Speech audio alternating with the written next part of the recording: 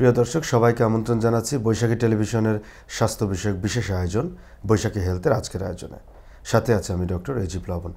দর্শক, একটি বিষয় আমরা প্রায়ই দেখতে পাই যে একটু বয়স হলেই কিন্তু প্রতিটা ঘরে ঘরে দেখা গেল বাবা মায়ের হাঁটু ব্যথা কিন্তু হয়েই যায়। এই যে হাঁটু ব্যথাটা কেন হচ্ছে দর্শক, এই বিষয়টা নিয়ে আজকে আমরা আলোচনা করব যে অস্টিও আর্থ্রাইটিস জনিত হাঁটু ব্যথা। এ বিষয়ে কথা বলার জন্য আমাদের মাঝে উপস্থিত আছেন অত্যন্ত অভিজ্ঞ একজন অর্থোপেডিক সার্জন। সাথে আছেন অধ্যাপক ডাক্তার পারভেজ আহসান, অধ্যাপক ও বিভাগীয় প্রধান, অর্থোপেডিক সার্জারি বিভাগ, ইবনে সিনা মেডিকেল কলেজ হসপিটাল। দর্শক, চলে যাচ্ছি মূল আলোচনায়। স্যার, আপনাকে স্বাগত আজকের পর্বে। ধন্যবাদ ডক্টর প্লাবন আজকের এই অনুষ্ঠানে আমন্ত্রণ জানার জন্য। স্যার, একটি বিষয় আপনার কাছে জানতে চাই যে আমরা প্রায়ই দেখি যে একটু বয়স হলো প্রতিটা ঘরে ঘরেই আমাদের বাবা মায়েরা কিন্তু হাঁটু ব্যথা নিয়ে ভুগছেন এবং এটা কিন্তু হাঁটু ব্যথাটা নিয়ে কন্টিনিউ করছেন। প্রথমে আসতে চাই যে এই যে বয়স্ক মানুষদের হাঁটু ব্যথা আসলে কি কি কারণে হয়ে থাকে? ধন্যবাদ ডক্টর প্লাবন। বয়স্ক লোকদের মূলত বয়সের কারণে হাঁটুর কিছু পরিবর্তন হয়। যেমন অল্প বয়সে যখন হাঁটুর ভিতরে সাইনোভিয়াল ফ্লুইডটা থাকে, এটা বয়সের কারণে আস্তে আস্তে এর তারল্যটা বা ঘনত্বটা লোপ পায় এবং সেটার যে কার্যকারিতা সেটাও আস্তে আস্তে কমে যায়। তারপরে যে হাঁটুর ভেতরে যে কার্টিলেজ আছে সেটা আস্তে আস্তে ক্ষয় হয়ে যায় এবং একটা পর্যায়ে আসে যে এই হাঁটুটা দুটো হাড়ের মাঝখানে ঘর্ষণ খায় এবং তীব্র ব্যথা অনুভূত হয়। এই যে পরিবর্তন হচ্ছে অল্প বয়স থেকে বয়সকালীন বা বৃদ্ধ বয়সে, এর ভেতরেই প্রতিটি স্টেপে স্টেপে তার হাঁটুতে ব্যথা অনুভব হয়।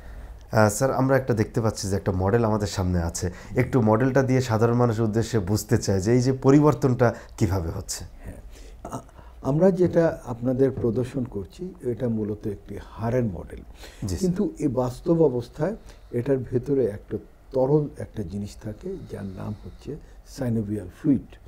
তার উপরে একটা মেমব্রেন জাতীয় জিনিস থাকে যার নাম হলো সাইনোভিয়াল মেমব্রেন। তার উপরে থাকে একটি ক্যাপসুল।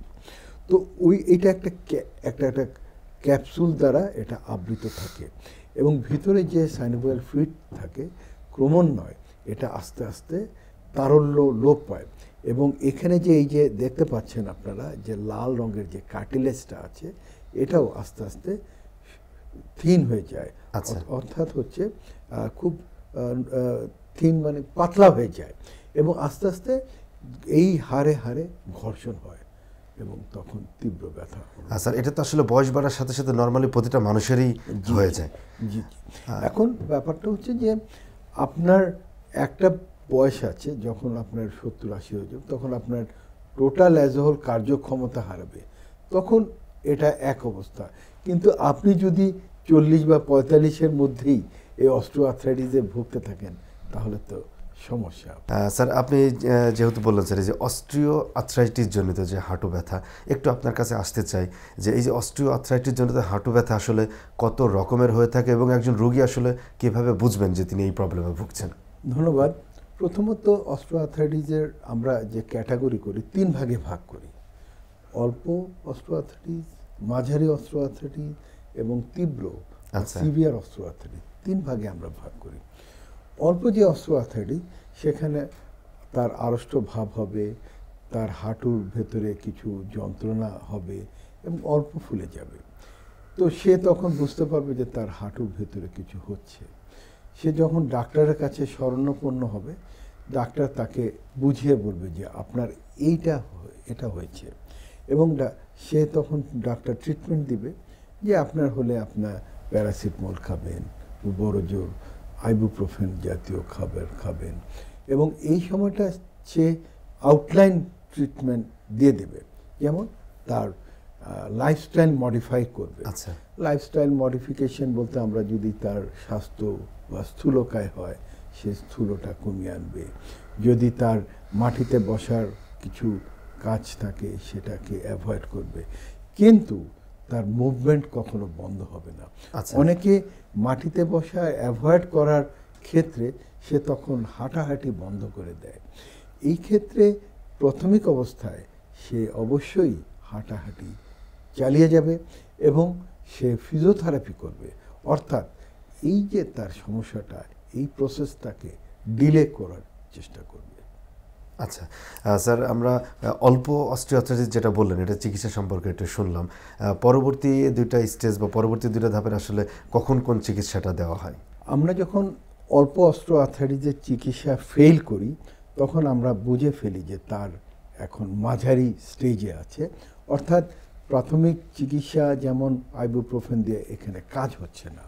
আচ্ছা, এখানে রোগীরা এসে বলে যে আমার ব্যথা সারছে না, আপনি যে ওষুধ দিচ্ছেন, যে প্রথা অবলম্বন করেছিলেন এখন আর সেটা সারছে না। তখন আমরা তার দুটো জিনিস আমরা কন্টিনিউ করি।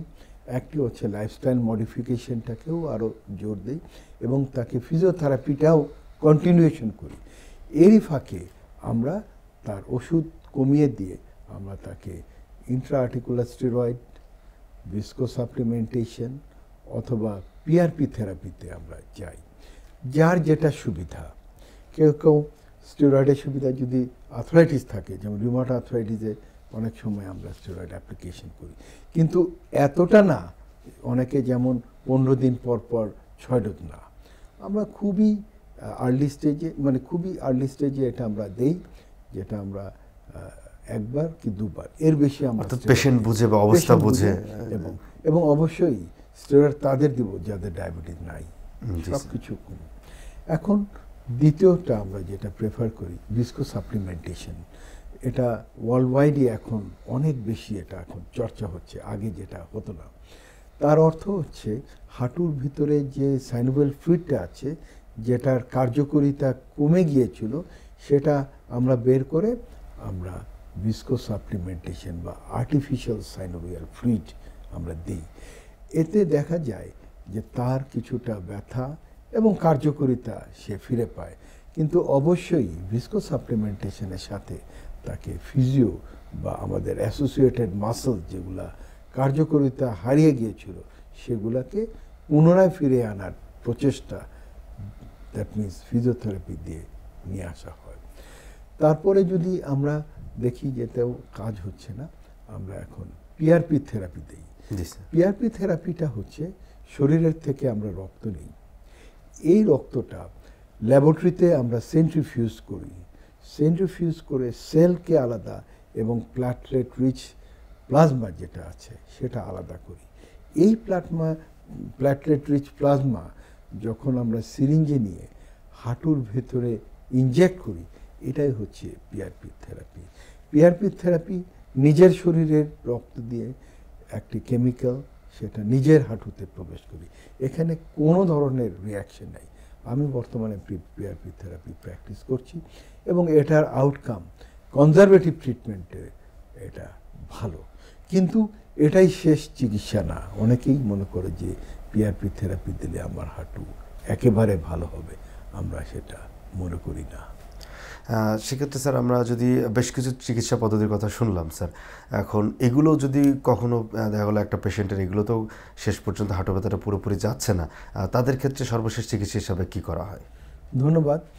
যখন দুটো হাড্ডি ঘর্ষণ শুরু হয়ে গেল তখন পিআরপি থেরাপি আর কোনো কাজ করছে না।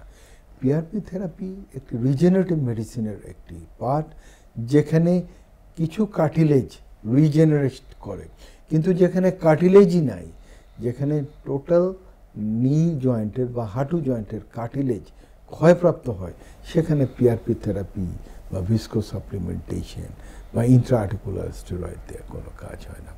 তখন আমাদেরকে চলে যেতে হয় টোটাল নি রিপ্লেসমেন্ট বা হাঁটু জয়েন্টের প্রতিস্থাপন।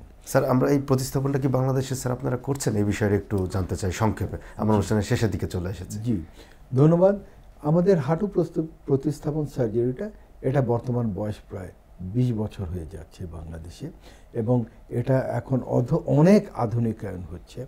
বর্তমানে বাংলাদেশের যে আর্থোপ্লাস্টিক সোসাইটি আছে তারা বাংলাদেশে রোবোটিক নি রিপ্লেসমেন্ট নিয়ে আসার চেষ্টা করছে, সর্বাধুনিক যে চিকিৎসা পদ্ধতি চলছে এখন। এই যে হাঁটুর প্রতিস্থাপনটা, এটা কিন্তু অনেক জেনারেশন অতিক্রম হয়ে গেছে। বাংলাদেশের প্রাথমিক পর্যায়ে, দ্বিতীয় পর্যায়ে, সেকেন্ড জেনারেশন, এখন তৃতীয় পর্যায়ে চলছে। তাহলে আপনি জিজ্ঞেস করতে পারেন যে তৃতীয় পর্যায়ে বলতে কি হচ্ছে? অনেক সময় হাঁটু প্রতিস্থাপন ফেল করতে পারে, সে হাঁটু প্রতিস্থাপন নিয়ে আছে, কিন্তু সে আবার পড়ে যে আবার সমস্যা হতে পারে। এই পর্যায়েও রিভিশন নি রিপ্লেসমেন্ট সার্জারি আচ্ছা। বাংলাদেশে হচ্ছে।